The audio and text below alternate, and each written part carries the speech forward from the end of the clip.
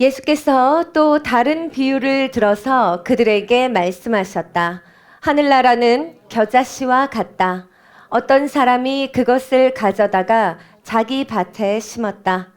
겨자씨는 어떤 씨보다 더 작은 것이지만 자라면 어떤 풀보다 더 커져서 나무가 된다. 그리하여 공중의 새들이 와서 그 가지에 깃들인다. 아멘. 이렇게 아름다운 말씀이 있을 수가 있을까 이런 묵상을 해보았습니다. 우리에게 너무나 큰 소망을 가져다 주는 말씀입니다. 자, 히브리어로 하르달 그리고 헬라어로 시나피, 이것이 겨자씨입니다. 우리 함께 사진을 한번 보시면 여러분 겨자씨 아마 많이 보셨을 겁니다. 지금 특별히 오늘 보여드리는 겨자씨는 좀 저렇게 검은 색깔에 또 옆에 동전하고 비교했을 때 크기가 바로 저만해요. 여러분들은 아마도 요즘 젊은 분들은 이제 마트에서 사 먹는 그 머스타드 소스에 들어있는 알갱이쯤으로 겨자씨를 아마 제일 먼저 떠올리시겠지만 이 겨자씨는 이 마태복음 13장에 나오는 많은 하나님 나라의 비유들 가운데 그 상징하는 바가 정말로 강력하고 또 나아가서 지금 하나님 나라 공동체를 꿈꾸고 있는 우리 교회에게 정말로 큰 확신과 또 소망을 부어주시는 매우 큰 의미를 담고 있습니다. 오늘 말씀의 은혜 받으실 준비가 되셨습니까? 아멘. 자, 첫 번째로 우리가 믿음의 눈으로 바라보아야 할 첫 번째 핵심 포인트의 제목을 이렇게 정해보았습니다. 예수님의 택함. 자, 예수님께서는 작고 미미한 씨앗인 이 겨자씨를 하나님 나라의 대표 이미지로 택하셨습니다. 사실 이 겨자씨가요, 아무리 작다고 지금 이렇게 표현은 하지만은 모든 씨앗 중에 제일 작지는 않습니다. 이제 그럼에도 불구하고 이 당시 문화권에서 이 겨자씨는 가장 작은 것 중에 가장 작은 것을 상징하는 어떤 그런 의미로 속담처럼 쓰이고 있었어요. 그래서 예수님께서 이제 사람들에게 친숙한 이 겨자씨 상징을 이제 사용하신 그런 측면도 있지만 왜 하필이면 이 작고 또 별 볼 일 없는 듯하고 그래서 무시될 수 있는 이제 오늘의 좀 핵심 포인트입니다. 이게 무시되어지는 무시될 수 있을 만한 이 겨자씨가 하나님 나라의 시작이다. 하나님 나라가 시작하는 모습은 바로 이와 같다라고 선언을 하셨다는 겁니다. 이 대목은 굉장히 중요합니다. 예수님이 시작하신 하나님의 나라는 아주 작게 시작합니다. 그리고 숨겨져서 시작됩니다. 눈에 띄지 않게 시작되는 것입니다. 그리고 사람들의 무관심과 때로는 무시 속에서 피어납니다. 이것을 우리가 간과하거나 모른다 해서는 안 됩니다. 분명히 하나님의 나라는 이와 같은 바탕에서 시작이 되고 있다. 처음부터 모든 사람이 흠모할 만한 어떤 그런 모습으로 대대적으로 아주 크고 멋있게 그렇게 시작되지 않는다. 이게 하나님이 시작하신 하나님 나라의 방식이고 그 시작되는 모습이라는 거예요. 지난주에 우리가 보물 이야기를 하지 않았습니까? 그때의 핵심 그 문제점은 뭐였냐면 보물이 있는데 있는 줄을 모르는 것. 있는 줄을 모르고 지나치는 것에 대한 그 문제점에서 모든 이야기를 우리가 시작했습니다. 그런데 오늘 겨자씨는 그게 아니라 조금 더 완악한 마음이에요. 뭐냐면 너무 작고 볼품이 없어서 보고도 무시하고 보고도 기대하지 않으며 보고도 관심을 기울이지 않고 보고도 아무것도 바라지 않는 마음. 그런 우리의 완악함을 꼬집습니다. 바로 거기가 이 문제점의 그 출발점이 되겠습니다. 그래서 지난주에 그 보물을 발견하는 것도 오늘 이 겨자씨를 귀하게 여길 줄 알며 거기에 담긴 그 하나님의 뜻에 관심을 기울이고 기대하고 소망하는 데까지 이르는 것은 모두 다 믿음의 눈이다. 믿음의 눈이 아니고서는 이 겨자씨 우리는 그냥 또 무시하고 가치 없게 여기고 넘어가 버리고 말 것이다 하는 이야기이죠. 여러분, 이 겨자씨는 정말로 작습니다. 우리 교회가 현재 이 겨자씨처럼 작습니다. 그런데 지금 이 겨자씨는 우리에게 하나님의 나라의 이 놀라움을 이야기해 주시는 예수님의 손에 들려 있지 않습니까? 겨자씨는 작습니다. 그러나 예수님은 크십니다. 그렇다면 우리 주님께서, 그 크신 주님께서 이 작은 겨자씨로 이루어 가실 그 큰 역사에 관하여 우리는 고대하고 기대해야 마땅한 것입니다. 그리고 그것이 바로 겨자씨같이 작은 우리 교회를 향하여 우리가 가져야 할 마음가짐입니다. 동의하십니까? 그리고 기대되십니까? 두 번째로 우리가 믿음의 눈으로 바라보아야 할 오늘 말씀의 핵심 포인트는, 자, 이제부터 이 성경의 오늘 본문의 주석으로 깊이 들어가 보겠습니다. 두 번째 포인트는 우리 다 같이 따라해 보실까요? 하나님 나라의 전파력. 하나님 나라는 전파됩니다. 하나님 나라는 작게 시작해서 그 모습 그대로 머물지 않습니다. 하나님의 나라는 확장됩니다. 주님이 크시기 때문에 그 크신 주님의 크기만큼 계속해서 무한히 확장되며 확장되고 있습니다. 그것을 우리가 믿음의 눈으로 볼 수 있어야 합니다. 이 겨자씨는 그 작음에 머물지 않고 확장됩니다. 많은 성경학자들이 지금 우리가 읽은 이 13장 본문의 이 겨자씨를 블랙 머스타드의 품종일 것이라고 추측들을 해요. 발음이 되게 어렵던데 브라시카 니그라라고 부르는 학명 블랙 머스타드라고 합니다. 근데 이거는 이제 어떤 식생적인 특징을 갖고 있는지 조금 나눌 거예요. 근데 이 블랙 머스타드는 엄밀히 말해서 나무는 아니에요. 나무라기보다는 좀 큰 풀, 그러니까 우리가 관목류라고 부르는 어떤 그런 품종에 해당되는 머스타드입니다. 그래서 처음 심어서 아까 그 작은 블랙씨가 제가 블랙 머스타드를 보여드린 건데 이것이 심겨지면 처음에 이렇게 자랍니다. 사랑스럽죠? 우리 교회 같지 않아요?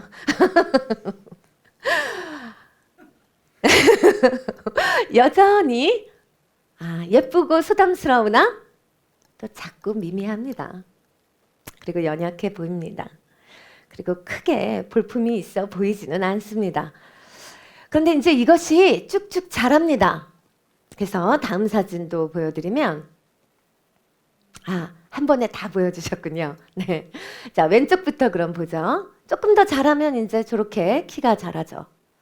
그리고 이제 오른쪽에 제가 사람 서 있는 사진을 같이 대비해 놓은 것은 이제 잘 자라는 경우 6피트까지, 그러니까 한 1.8m까지도 자라고, 또 정말 모든 아주 최적의 조건을 갖췄을 때는 약 3m까지 크게 이제 자라간다고 합니다. 그런데 이 특징이 위로만 저렇게 쭉쭉 자라지 않아요. 꼭 해바라기처럼 이렇게 쭉 위로만 자라는 그런 모양이 아니고, 자, 아래에 있는 사진이 이제 원래 따로 크게 보여드리려고 했었는데 조금 확대를 해주실까요? 맨 아래, 네, 자, 지금 보시는 것처럼 이 블랙 머스타드가 진짜로 크게 확장이 일어나면 이 부시의 특징은 가지가 정말로 많이 나옵니다. 그래서 이 가지가 확장되면서 마치 덤불처럼 저렇게 크게 퍼져가요. 예, 그래서 저런 모양으로까지 자랄 수 있다고 합니다. 자, 그래서 저렇게 가지를 치면서 저 가지마다 꽃이 피고 거기에 열매가 맺히고 거기마다 다 씨가 다시 맺힐 거 아닙니까? 그러면 이 씨의 파급력이 어마어마해요. 그래서 마침내는 이 머스타드 군락을 이루면서 확장되어 갑니다. 그래서 이게 흔히 여러분들 유채꽃밭인가? 여러분들 제주도 사진인가? 막 이렇게 생각하시겠지만 유채꽃하고 되게 닮았는데 모양이 다르게 생겼어요. 이파리도 이 머스타드는 좀 톱니바퀴 같이 생겼고 그리고 꽃잎이 다 이렇게 하나하나 조각씩 떨어진 채로 꽃을 구성해요. 유채꽃은 이게 통으로 붙어 있거든요. 그래서 차이가 있는데 지금 보시는 것은 유채꽃밭이 아니라 머스타드 꽃밭인 거죠. 예, 머스타드 언덕입니다. 머스타드 들판. 그래서 저렇게 군락을 이루면서 엄청나게 확장되는 그런 파급력을 가지고 있어요. 자, 이 생명력과 번식력이 너무 강하기 때문에 사람들은 보통 이 겨자씨 작은 씨앗을 봤을 때는 무시하고 외면하는 마음으로 이것을 처음 관계하고 바라보지만은 어느 순간에는 누구나 다 우와 이렇게까지? 라고 놀라며 감탄할 수밖에 없는 이제 그와 같은 번식력을 가지고 있다 하는 것이죠. 그래서 이제 예수님께서 겨자씨를 택하여 하나님의 나라를 비유하실 때에는 비단 이 작은 시작만을 말씀하시려고 겨자씨를 택하신 것이 아니라 바로 이와 같이 종국에는 어마어마한 파급력으로 이렇게 널리 그리고 멀리까지 그리고 정말로 대대적인 이런 큰 확장을 이루는 그 하나님 나라의 속성을 또한 말씀하시기 위해서 겨자씨를 택하셨다 하는 것이죠. 자, 그런데 이제 여기서부터 좀 학자들이 바로 이 블랙 머스타드의 식생에 조금 더 집중하면서 어떤 또 나름의 성경 주석을 어떤 해석을 내놓는지 몇 가지만 이야기를 해드리겠습니다. 그것이 또 우리에게 시사하는 바가 커서 에이미 질 레빈 같은 이 학자는 겨자씨의 이런 번식력을요 침입성 덤불의 확장이다 이렇게 묘사를 해요. 침입자로 이 머스타드를 이제 생각하는 거예요. 그래서 마구 넘어가거든요. 막 그냥 꼭 덤불처럼 가지가 쭉쭉 뻗어 나가면서 막 다른 데도 다 파고들어 넘어가고 이런 이제 속성에 대해서 그런 별명을 붙이는 거죠.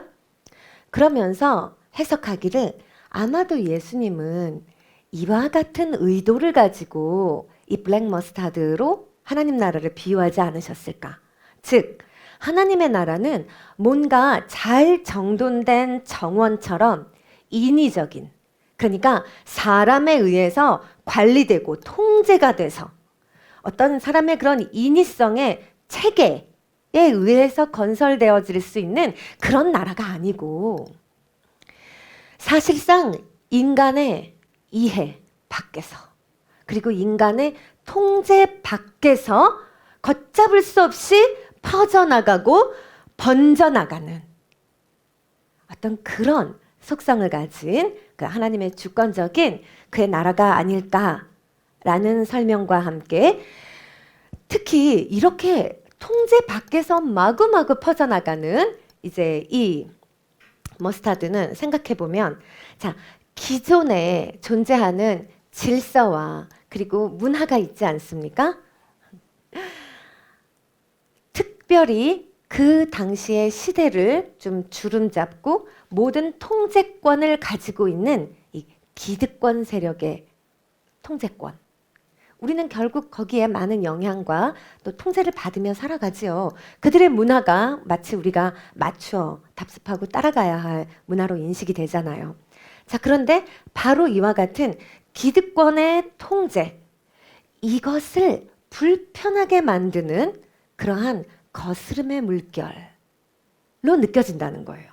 이 학자에게는 이런 머스타드의 이런 식생적인 특징이 말이죠. 왜 더 이렇게 생각을 했냐면 당시 이제 이 정결 규정 가운데 특별히 이렇게 약간 침입성을 갖는 이런 식물들은 혼합 재배를 금지하는 그런 정결 규례가 있어요.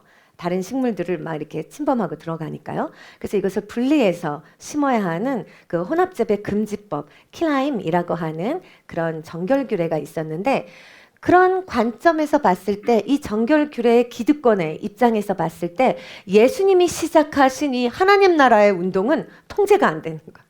그들이 구축해 놓은 그들의 가치관, 이 기득권의 그 가치관에 무언가 거스르는 거대한 물결인데 너무나 널리 퍼져나가는, 그래서 뭔가 골칫거리 같이 느껴지는 이제 이러한 측면을 말씀하고자 하셨던 것이 아닐까, 이제 이 학자는 이렇게 봤습니다. 자, 그런데 루이스 하우스 같은 박사는 이제 이 레빈의 의견에 좀 반대하죠. 왜냐하면 그거는 너무 풍자적이고 좀 도발적이다. 그리고 너무 좀 부정적인 측면으로 바라보는 거 아니냐. 당대의 이 겨자 관목, 이 블랙 머스타드에 대한 사람들의 일반적인 이미지는 골칫거리 침입자로 그렇게 생각하는 견해보다는 유익한 자원으로 인식하고 생각하는 그런 분위기가 더 만연했다. 이 사람은 이렇게 생각을 해요. 왜? 음식에도 사용하는 재료가 되고 또 가장 주되게 약재로 썼거든요. 그러니까 치유의 도구로 사용되는 측면이 있었기 때문에 사람들에게 어떤 골칫거리 침입자 뭐 이런 분위기로 인식되지 않았다. 그래서 예수님이 구태여 그런 것을 의도하고 자신이 시작하신 하나님의 나라를 그런 느낌으로 사람들에게 소개하고자 하신 의도는 아닐 것이다. 이제 이렇게 보는 거죠. 자, 그러면서 이 하우스가 더 강조하는 바는 예수님에게 이 겨자씨는 치유 그리고 회복의 복음, 그리고 치유와 회복이 일어나는 그 하나님 나라의 상징성이었을 것이다. 이제 이 사람은 이렇게 보는 거예요. 여러분은 어떤 관점이 더 맞는 해석 같으십니까? 예수님의 하나님 나라에 대해서 여러분은 어떤 이미지를 갖고 계십니까? 저는 통합적인 관점이 우리에게 필요하다고 생각을 합니다. 하나님 나라의 이 확장은 분명히요, 불편함을 만듭니다. 진리이기 때문에. 비진리로 점철된 이 땅 가운데 하나님의 나라가 확장될 때 이 진리의 확장은 필연적으로 불편함을 야기합니다. 그래서 진리를 추구하지 않고 성령을 거스르는 사람들에게 이 진리의 복음의 확장은 골칫거리 그리고 거스르는 돌처럼 여겨질 수 있습니다. 분명히. 이것은 우리가 진리로 구별되어져야 하는 측면에서 놓칠 수는 없는 부분이겠습니다. 그러나 동시에 하나님 나라의 확장은 또한 유익을 베풉니다. 모든 이 땅 가운데 상한 심령들에게 다시 숨 쉴 수 있는, 다시 희망을 가지고 살아갈 수 있는 그 유일한 살 길을 제공합니다. 하나님의 나라에서만 상하고 지친 영혼들은 다시 회복될 수 있기 때문입니다. 그러니까 우리는 이 두 모습을 모두 다 수호하고 또 추구해야 하지 않을까 하는 생각을 합니다. 그러면서 우리 교회의 지난 여정을 저는 생각을 해보게 되었어요. 우리 진리와 자유 공동체 교회를 인도해 오신 그 여정 가운데 바로 이 두 모습이 함께 담겨 있더라고요. 우리 안에 시작하신 하나님의 나라를 예수님이 이끌어 가시는데 이 두 모습을 어떤 것 하나 한쪽으로 기울거나 한쪽은 없이 하지 않으시고 이 둘 모두를 추구해 오셨더라고요, 예수님. 처음부터 우리 교회에는 정말로 이 세상에 그냥 자연스럽게 흘러가는 세상적인 가치관에 타협하지 말라는 이 진리의 말씀을 우리에게 계속 부어주셨습니다. 우리가 조금 그냥 빨리 부응하는 길, 뭐 조금 사람들에게 더 인정받는 길, 이런 것들에 마음이 조금 흔들리려 할 때마다도 계속해서 우리에게 내려주시는 말씀은 일관됐어요. 이 진리의 순결함, 이것을 놓치지 말라는 것은 여러분 모두 다 동의하실 겁니다. 주님은 우리에게 순결한 말씀만을 계속해서 내려주셨습니다. 그래서 가만 생각해 보면 때로는 어떤 사람들에게는 거스르는 돌처럼 여겨질 때도 있었어요. 우리가 온전히 인식하지 못하는 사이에 어딘가에서는 우리를 좀 불편해하고, 너무 꽉 막혔어. 조금 답답하다. 좀 이런 식의 무시와 또 비판이 행해지고 있었고, 그런데 바로 그 다른 이면에서는 우리 주님이 주님의 그 순결한 진리의 복음을 점점 더 확장시키고 계셨다 하는 것이죠. 그냥 처음에 그 겨자씨 같은 모습에 가만히 머물게 하시지 않으셨더라고요. 점점 더 확장시키셨어요.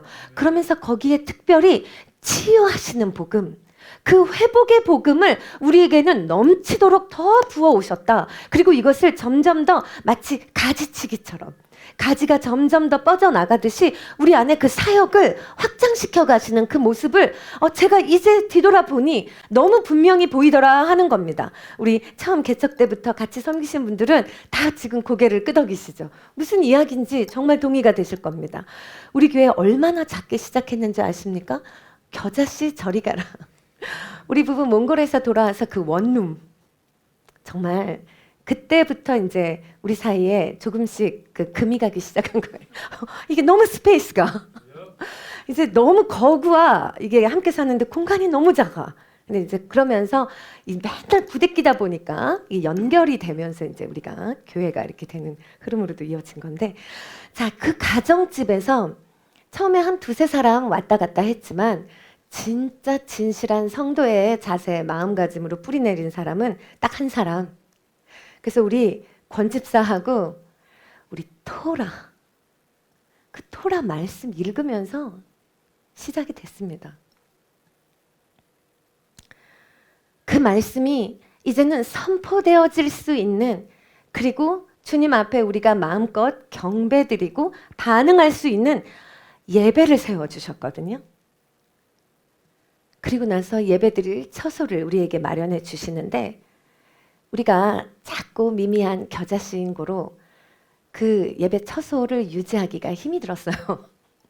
그래서 맨날 이리 갔다가 저리 갔다가 옮겨 다니면서 예배를 드려야 했는데, 그리고 그 옮겨지는 곳곳에서 복음을 선포하며 돌아다녔는데, 생각해 보니 마치 가지가 멀리 뻗어나가듯이 우리에게 주신 구역이 실로 넓도다. 우리는 어디 한 군데 작은데 갇혀있지 않았어.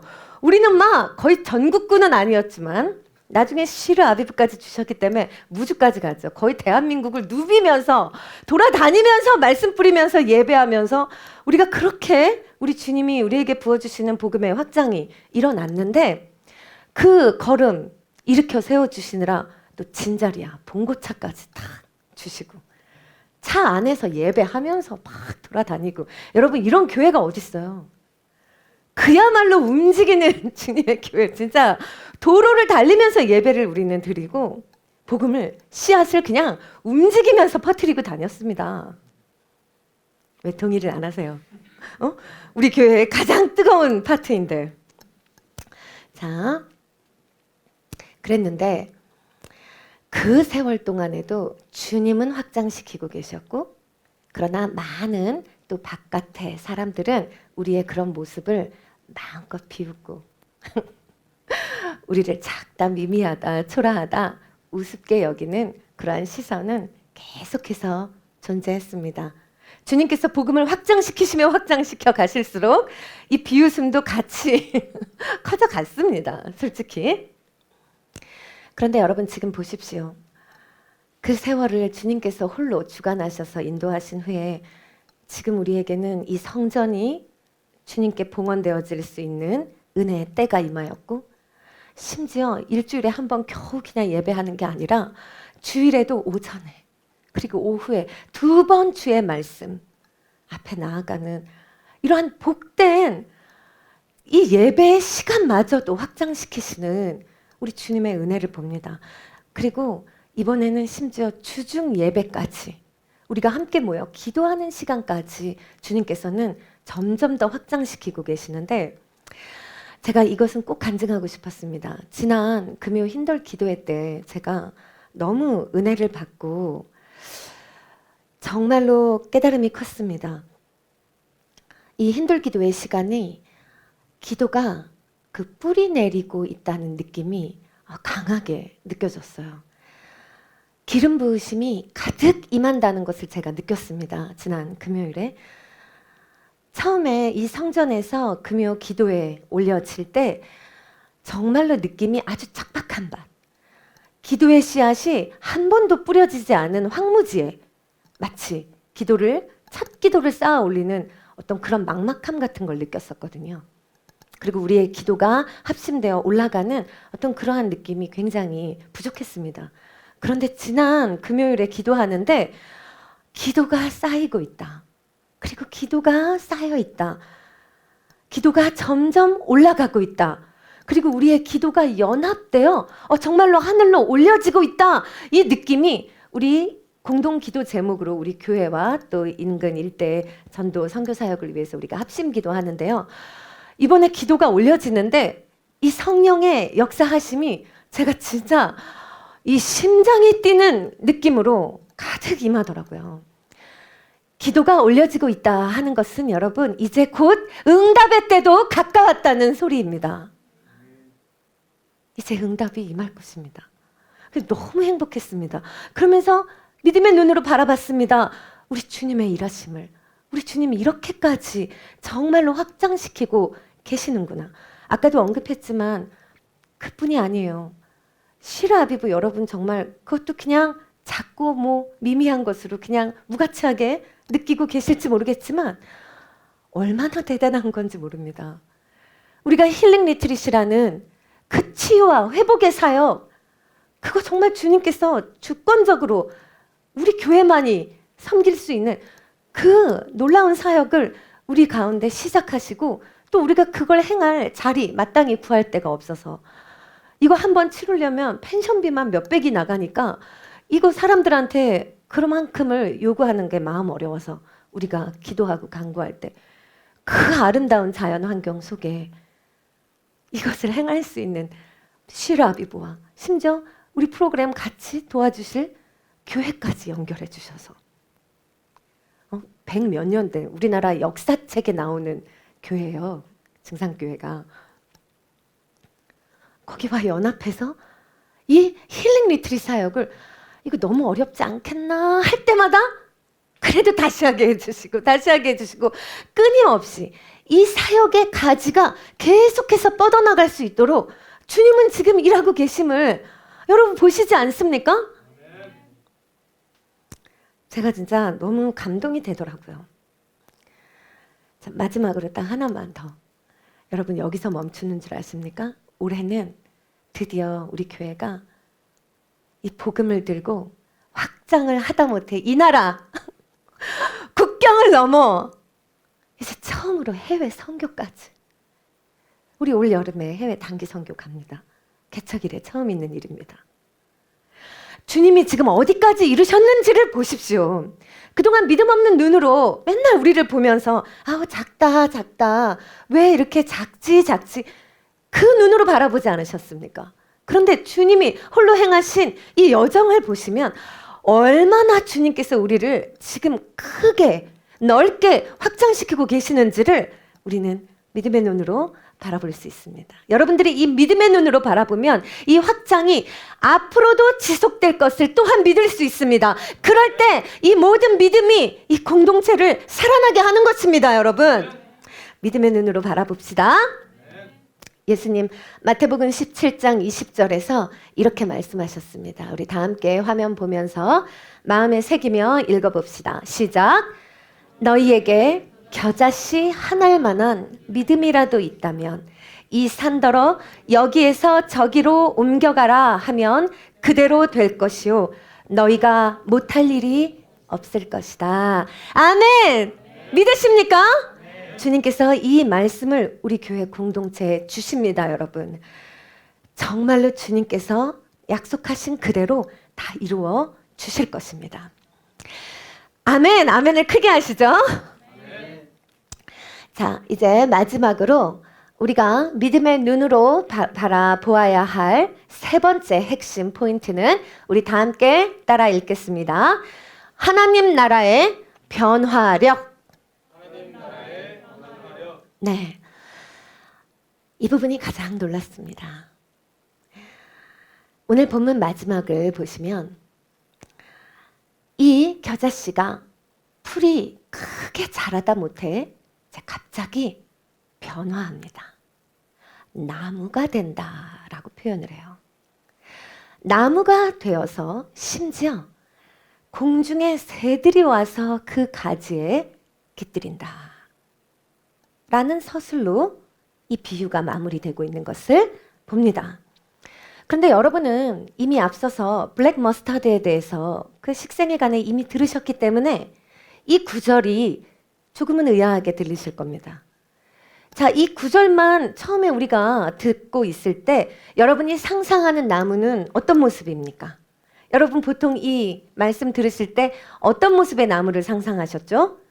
아주 크고 웅장한 아름드리 나무, 막 백향목같이 두껍게 막 자란 그런 우람한 나무의 모습을 모두가 다 연상하셨을 겁니다. 그런데 우리 아까 얘기했듯이 블랙 머스타드가 그런 모습으로 자랄 것 같지는 않아요. 자, 그러면 예수님이 실수를 하신 것인가? 뭔가 잘못 이야기를 하신 것인가? 그래서 대부분의 어떤 또 학자들은 그러니까 이 겨자씨가 사실은 블랙 머스타드가 아니라 나무가 되는 다른 품종의 겨자였을 것이다. 또 뭐 이렇게 해석을 하긴 하는데 더 신뢰를 받는 그리고 우리에게 더 의미가 큰 해석은 주석학자인 크레이그 키너의 다음과 같은 설명입니다. 이 예수님의 비유 속에 나오는 이 큰 나무에 새들이 깃드는 이 이미지, 여러분 성경 어디 다른 곳에서도 보셨습니다. 어디에 나올까요?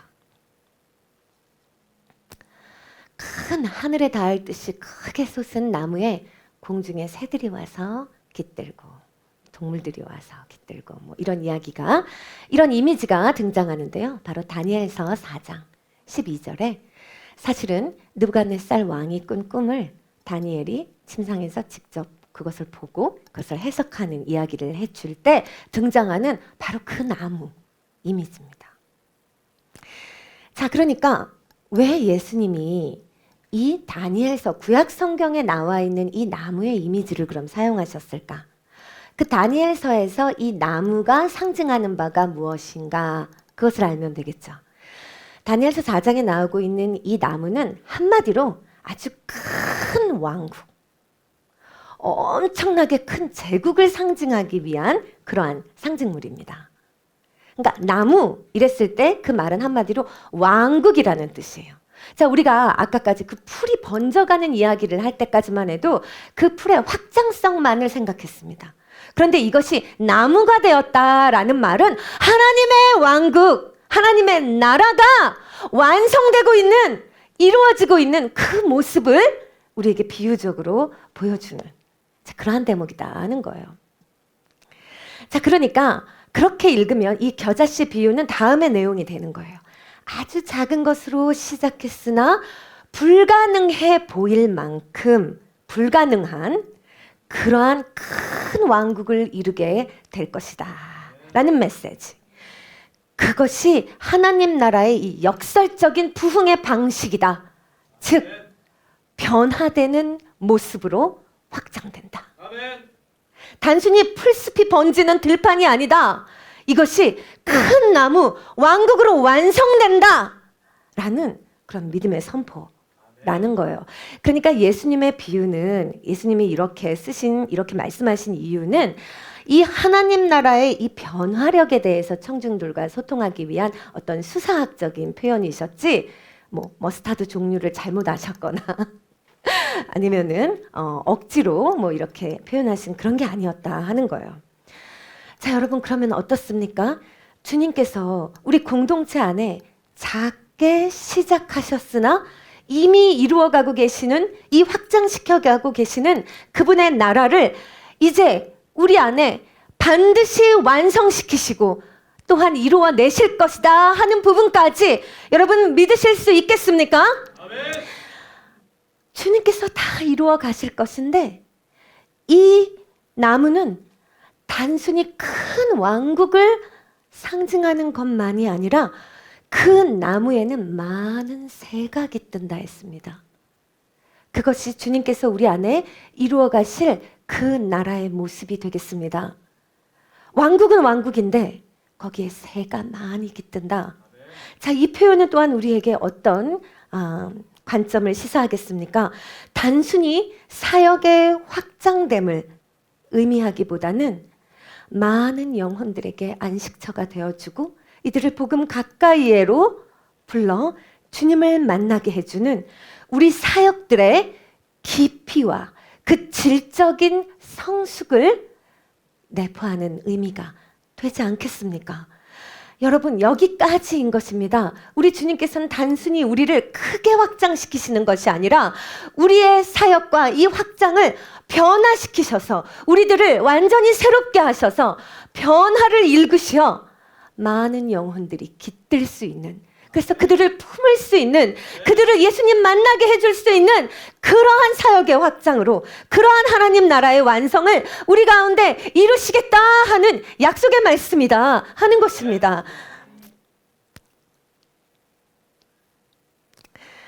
근데 제가 언제였는지 우리 그 초청 예배 때였는데 그때 제가 이 겨자씨 비유 아름드리 나무에 관한 그 환상을 한번 기도 가운데 주신 적이 있다는 거 간증한 적이 있는데 혹시 기억하시는 분이 있으십니까? 아, 이건 없나요? 되게 길게 간증했는데 이제 뭐 성경 주석적으로 옳으냐 그르냐를 떠나서 제가 이 말씀 읽고 기도할 때 주님께서 보여주신 환상인데 제가 그 나무 가까이로 가면 갈수록 이 새들이 지저귀는 그 소리에 고막이 찢어질 것처럼 너무 괴로웠어요. 그리고 더 가까이 가서 보니 이 새들이 뱉어내는 그 오물들이 모든 나무 가지에 내려서 그 가지가 참 그 고통과 힘든 그 현실을 감내하고 있더라, 견뎌내고 있더라 하는 이야기를 제가 잠시 소개를 해드렸었는데 주님께서 겨자씨였던 우리를 마침내 큰 나무가 되게 하시고 더 나아가 새들이 깃드는 나무로 변화시켜 가실 것인데 여러분, 이렇게 변화를 동반하는 성장에는요 불편함이 따라옵니다. 많은 잡음과 소음이 동반되고 우리들 안에 서로 부딪힘과 또 불편함이 약이 될 수밖에 없습니다. 거기에 많은 가지가 더 뻗어 나올수록 감당해야 하는 사역의 양도 너무 많아져서 우리 마음이 자칫 분주해지고 진짜 중요한 주님 바라보기를 놓친 채 사역과 막 봉사하고 일하는 것에만 또 우리들 마음이 다 빼앗겨져서 우리들 안에 어떤 불협화음이 일어날 수 있습니다. 의견도 늘고 요구도 늘고 그 안에 피로감, 그래서 마음 상하시는 일들도 당연히 발생할 수 있다 하는 부분까지 우리가 생각했으면 좋겠습니다. 이럴 때 대부분의 경우 우리에게 가장 먼저 튀어나오는 반응은 무엇입니까?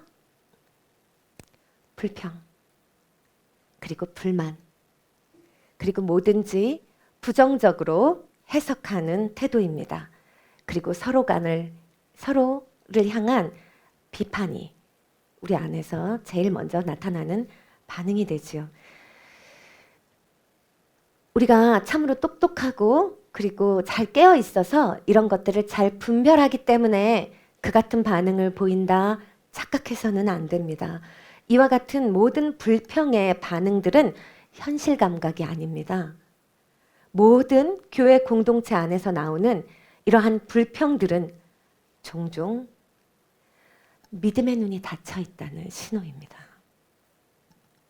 지금 이 모든 운행하심을, 이 확장의 역사를, 그리고 변화시키시는 능력을 믿음의 눈으로만 바라보아야 그것이 은혜가 되지, 믿음의 눈으로 바라보지 않고 내 생각과 내 판단으로 이것을 바라볼 때 우리는 기껏 처음에 겨자씨를 무시하고 회피하려 했듯이, 외면하려 했듯이 이 주님의 이루시는 역사마저도 계속 무시하고 비판하고 불평만 합니다.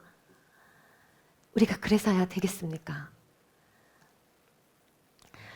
구약의 백성들이 딱 그랬거든요. 오늘 이 씨 이미지가 주제인 마당에 제가 다른 씨 하나까지 소개를 해드리고 얘기를 이제 마무리하려고 하는데, 주님이 만나를 매일 내려주셨죠. 이스라엘 백성에게 매일매일 날마다 새로운 만나를 내려주셨습니다. 그 새로운 만나의 양식을 먹으면서 이스라엘은 점점 더 주님 안에서, 주 뜻 안에서 성장해 갈 수 있었습니다. 그 안에서 자라갈 수 있었죠. 그 은혜 안에 있었습니다. 그런데 그들은 이 만나를 기뻐했습니까? 감사했습니까? 출애굽기 16장 31절에 나오는데요. 성경은 이 만나를 갓씨 같고 희고 둥글고 맛이 꿀 섞은 과자와 같다라고 묘사를 했어요. 그래서 이제 갓씨, 그러니까 우리나라 사람들이 갓씨? 갓씨인가? 갓이 뭐지? 이제 이렇게들 생각하시는데, God라는 히브리어 자체예요. 음역 그대로를 쓴 겁니다. 우리나라 말에 무슨 가시나 가시 있는 게 아니고 God씨라는 건데, 그 히브리어 God가 말하는 게 뭐냐면은 고수예요, 고수. 어떤 분들은 좋아하시고 어떤 분들은 안 좋아하시는데, 그림 한번 보시면 고수씨거든요. 만나가 저 고수씨 같은 모양으로 내렸다는 거예요. 이렇게 공기에 담아 놓으니까 알이 굉장히 큰, 이렇게 잡곡같이 이렇게 밥 한 공기 같지 않습니까? 날마다 새로운 만나를 내려주셨음에도 그 안에서 자라며 성장하며 변화해 가며 주님 빚으시는 대로 감사로, 기대함으로 그렇게 나아가지 못하고, 백성들은 이 만나 양식을 보고도 무시했습니다. 아, 이거 내 입맛에 안 맞아. 애굽에서 먹던 고기를 달라.